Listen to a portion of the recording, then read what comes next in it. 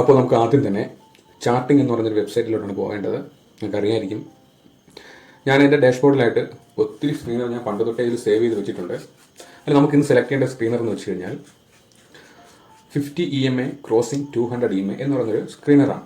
ഇത് വളരെ അക്യുറസി തന്നൊരു സ്ക്രീനറാണ്. എനിക്ക് നല്ല രീതിയിൽ പ്രോഫിറ്റൊക്കെ ഉണ്ടാകാൻ സാധിച്ചിട്ടുണ്ട്. ഈ സ്ക്രീനറൊക്കെ ഞാൻ എൻ്റെ വീഡിയോയുടെ താഴെ കൊടുത്തേക്കാം, നിങ്ങളിത് സെലക്ട് ചെയ്താൽ മാത്രം മതിയാവും.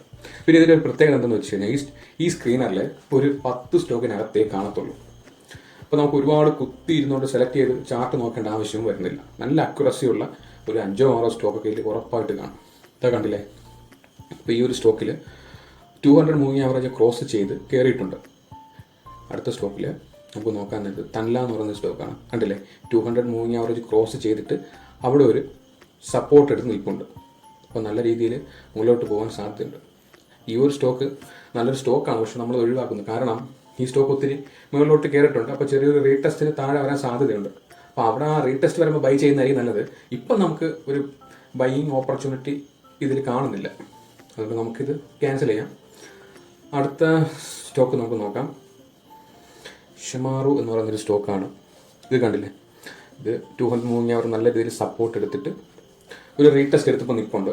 നല്ല രീതിയിൽ ഒരു മൂവ്മെൻറ്റ് നൽകാൻ സാധ്യതയുണ്ട്. അടുത്ത് ഈ സ്റ്റോക്ക് നമ്മൾ കണ്ടില്ലേ, 200 മൂവിങ് ആവറേജ് ക്രോസ് ചെയ്ത് നല്ല രീതിയിൽ മുകളിലോട്ട് പോയി ഇനി ഒരു ചെറിയൊരു റീടെസ്റ്റിന് വേണ്ടി വരുന്നുണ്ട്. അപ്പോൾ എന്തായാലും ആ സ്റ്റോക്ക് കുറച്ച് ദിവസത്തേക്ക് നമുക്ക് ബൈ പൊസിഷൻ അതിൽ കാണുന്നില്ല. വേണമെങ്കിൽ നിങ്ങൾക്ക് വാച്ച് ലിസ്റ്റിൽ ആഡ് ചെയ്ത് വെക്കാം, കുഴപ്പമില്ല. എന്നിട്ട് ഒരു റീടെസ്റ്റ് എടുത്ത് വരുമ്പോൾ അവർ അവിടെ നിന്ന് ബൈ ചെയ്യുന്നതായിരിക്കും കൂടുതൽ നൽകുന്നത്. അപ്പോൾ നമ്മൾ നേരെ ട്രേഡിംഗ് വ്യൂയിലോട്ട് പോയി നമ്മൾ 3 സ്റ്റോക്ക് സെലക്ട് ചെയ്തിട്ടുണ്ട്. അതിൽ നിന്ന് ഒന്നാമത്തെ സ്റ്റോക്ക് ഷിമാറു എന്ന് പറയുന്ന സ്റ്റോക്കാണ്. ഇത് കണ്ടില്ലേ, നമ്മളൊരു ഇൻഡിക്കേറ്ററിൻ്റെ കാര്യം പറഞ്ഞിട്ടുണ്ടായിരുന്നു കഴിഞ്ഞ വീഡിയോയിൽ. ആ ഇൻഡിക്കേറ്റർ നമ്മളിതിൽ യൂസ് ചെയ്യുന്നത്. ഇത് വളരെ അക്യുറസി നൽകുന്നൊരു ഇൻഡിക്കേറ്ററാണ്. ഈ ഇൻഡിക്കേറ്ററിനെ പറ്റി ഞാൻ നിങ്ങൾക്ക് വിശദമായിട്ട് പറഞ്ഞു തരാം. അല്ലെങ്കിൽ കഴിഞ്ഞ വീഡിയോ കണ്ടാൽ മതിയാവും. ഞാൻ വീഡിയോയുടെ ലിങ്ക് ഞാൻ ഇതിൻ്റെ താഴെ കൊടുത്തേക്കാം. അപ്പോൾ കണ്ടില്ലേ, നമുക്കൊരു ബൈ പൊസിഷൻ ഇതിൽ കിട്ടിയിട്ടുണ്ട്. KC അപ്പ് എന്ന് പറയുന്നൊരു ബൈ പൊസിഷനാണ് ഈ ഇൻഡിക്കേറ്റർ നൽകുന്നത്. അടുത്ത സ്റ്റോക്കിലും ഇത് തന്നെയാണ്. കണ്ടില്ലേ, നമുക്ക് ബൈയിങ് പൊസിഷനാണ് അതിലുള്ളത്. അവിടെ നിന്ന് സെലക്ട് ചെയ്ത 3 സ്റ്റോക്കാണ് നമ്മൾ സെലക്ട് ചെയ്തത്. ആ സ്റ്റോക്കിൽ നമുക്ക് 3 സ്റ്റോക്കിലും നല്ല രീതിയിൽ ബൈയിങ് പൊസിഷനാണ് ഈ ഇൻഡിക്കേറ്ററിൽ നമുക്ക് കാണിക്കുന്നത്. അപ്പോൾ നമുക്ക് ഇത് എങ്ങനെയാണ് ബൈ ചെയ്യേണ്ട, സ്റ്റോപ്പ് ലോസ്, ടാർഗറ്റ്, എൻട്രി ഒക്കെ നമുക്കിതിൽ സെറ്റ് ചെയ്ത് വെക്കണം. അതിനുവേണ്ടി നമ്മൾ ഹോറിസോണ്ടൽ ലൈന് ഇതിൽ വരച്ച് വെക്കേണ്ടതുണ്ട്. നമ്മുടെ സ്റ്റോപ്പ് ലോസ് എന്ന് പറയുന്നത് റീസെൻ്റ്ലി ഉണ്ടായിട്ടുള്ള 2-3 ക്യാൻഡിലിൻ്റെ താഴെ ആയിരിക്കണം നമ്മുടെ സ്റ്റോപ്പ് ലോസ് നമ്മൾ വെക്കേണ്ടത്. നമ്മുടെ എൻട്രി എന്ന് പറയുന്നത് ലാസ്റ്റ് ഉണ്ടായ, അതായത് ലാസ്റ്റ് കഴിഞ്ഞ ദിവസം ഉണ്ടായ ക്യാൻഡിലിൻ്റെ വിക്കിൻ്റെ മുകളിൽ നമുക്കൊരു എൻട്രി വയ്ക്കണം. മനസ്സിലായില്ലേ, ആ എൻട്രി വയ്ക്കണം. അടുത്തത് നമ്മുടെ ടാർഗറ്റ് എന്ന് പറയുന്നത് റീസെൻ്റ്ലി ഉണ്ടായിട്ടുള്ളൊരു ഹൈ ഉണ്ടായിരിക്കും അതിന്, ആ സ്റ്റോക്കിന്. അവിടെ ആയിരിക്കണം നമുക്ക് നമ്മുടെ ടാർഗറ്റ് സെറ്റ് ചെയ്ത് വെക്കേണ്ടത്. എന്നിട്ട് അപ്പോൾ ഇതിൻ്റെ എത്ര പെർസെൻറ്റേജ് നോക്കുക നേരത്തെ ഇതിൻ്റെ പ്രൈസ് റേഞ്ച് നമുക്കൊന്ന് നോക്കാം. ആ ഒരു 30% ഒക്കെ നമുക്ക് പ്രോഫിറ്റ് കിട്ടാനുള്ള ചാൻസ് വളരെയധികം കൂടുതലാണ്. ചാൻസാണ് കൂടുതൽ. സ്റ്റോപ്പ് ലോസ് അടിച്ചാൽ ഉടനെ എക്സിറ്റ് ചെയ്യുക. അടുത്ത സ്റ്റോക്ക് നമുക്ക് നോക്കാം.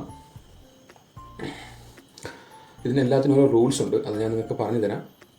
നമ്മുടെ എൻട്രിയുടെ റൂൾസ്, സ്റ്റോപ്പ് ലോസിൻ്റെ റൂൾസ്, ടാർഗറ്റിൻ്റെ റൂൾസ് എല്ലാം ഉണ്ട്. അത് നമ്മൾ കറക്റ്റ് നമ്മൾ മെയിൻറ്റെയിൻ ചെയ്യണം. എന്നാൽ മാത്രമേ സക്സസ്ഫുൾ ട്രേഡർ ആവാൻ പറ്റൂ. കണ്ടില്ലേ, രണ്ടാമത്തെ തൻല എന്ന് പറയുന്ന സ്റ്റോക്ക് നമുക്ക് സ്റ്റോപ്പ് ലോസ് നമ്മൾ വരച്ചു, എൻട്രി വരച്ചു, നമ്മുടെ ടാർഗറ്റ് വരച്ചു. നമുക്കിതിൽ ടാർഗറ്റ് എത്ര പെർസെൻറ്റേജ് ആണെന്ന് നോക്കിക്കഴിഞ്ഞാൽ ഒരു 21%ഓളം നമുക്കിതിൽ ടാർഗറ്റ് അടിക്കാൻ സാധ്യത വളരെ കൂടുതലാണ്. അടുത്ത നെറ്റ്വർക്ക് 18 മീഡിയ എന്ന് പറഞ്ഞ സ്റ്റോക്ക്, നമ്മൾ ഈ സ്റ്റോക്ക് ഒന്ന് ജസ്റ്റ് ഒന്ന് വാച്ച് ചെയ്യേണ്ട. കാരണം ഈ സ്റ്റോക്ക് കുറച്ചൊന്ന് മുകളിൽ പോയി ഇനി ചിലപ്പോൾ അത് 200 മൂവിങ് ആവറേജിൽ സപ്പോർട്ട് എടുത്തിട്ടായിരിക്കും മുകളിൽ കയറുന്നത്. അതുകൊണ്ട് ഇതിൻ്റെ സ്റ്റോപ്പ് ലോസ് ഇച്ചിരി കൂടുതലാണ്. ലാസ്റ്റ് ഉണ്ടായിട്ടുള്ള ക്യാൻഡിലിൻ്റെ താഴെ ആയിരിക്കണം നമ്മുടെ സ്റ്റോപ്പ് ലോസ് നമ്മൾ വെക്കേണ്ടത്.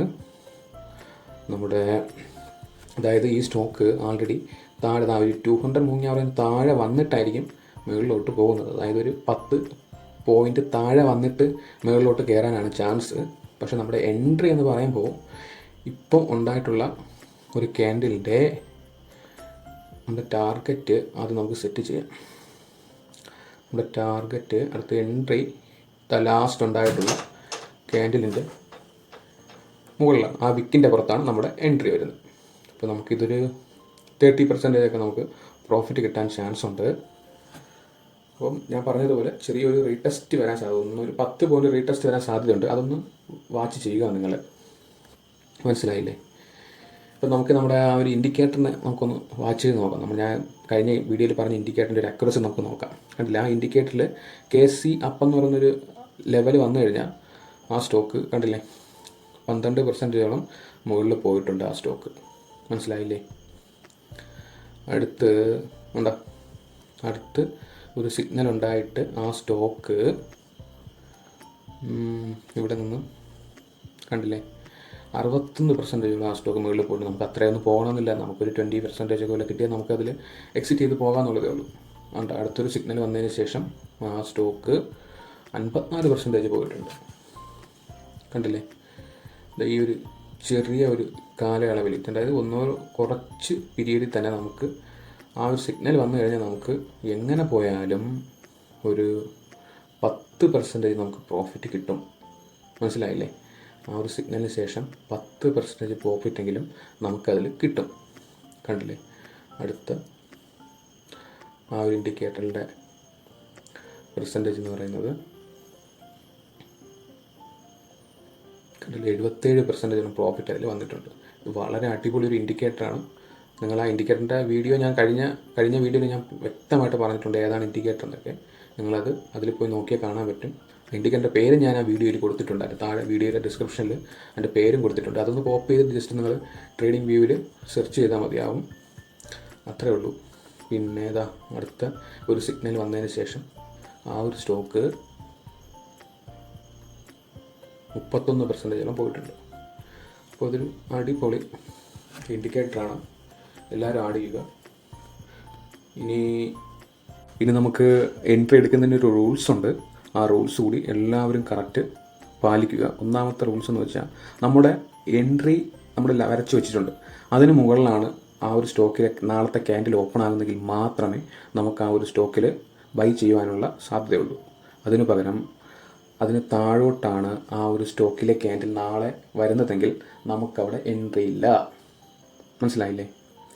അതുപോലെ തന്നെ നാളെ മാർക്കറ്റ് ഓപ്പൺ ആകുമ്പോൾ നമ്മുടെ എൻട്രിക്ക് മുകളിലോട്ട് ആ ഒരു ക്യാൻഡിൽ പോയിട്ടില്ല എങ്കിൽ നമുക്കവിടെ എൻട്രി ഇല്ല. നമ്മുടെ എൻട്രി എന്ന് പറയുന്നത് നമ്മൾ ഹോറിസോണ്ടൽ ലൈനിൽ വരച്ച് വെച്ചിട്ടുണ്ട്. അതിന് മുകളിൽ ഓപ്പൺ ആയാൽ മാത്രമേ നമുക്ക് എൻട്രി ഉള്ളൂ. ഈ ഒരു റൂൾസ് എല്ലാവരും സ്ട്രിക്ട്ലി പാലിക്കേണ്ടത് അത്യാവശ്യമാണ്.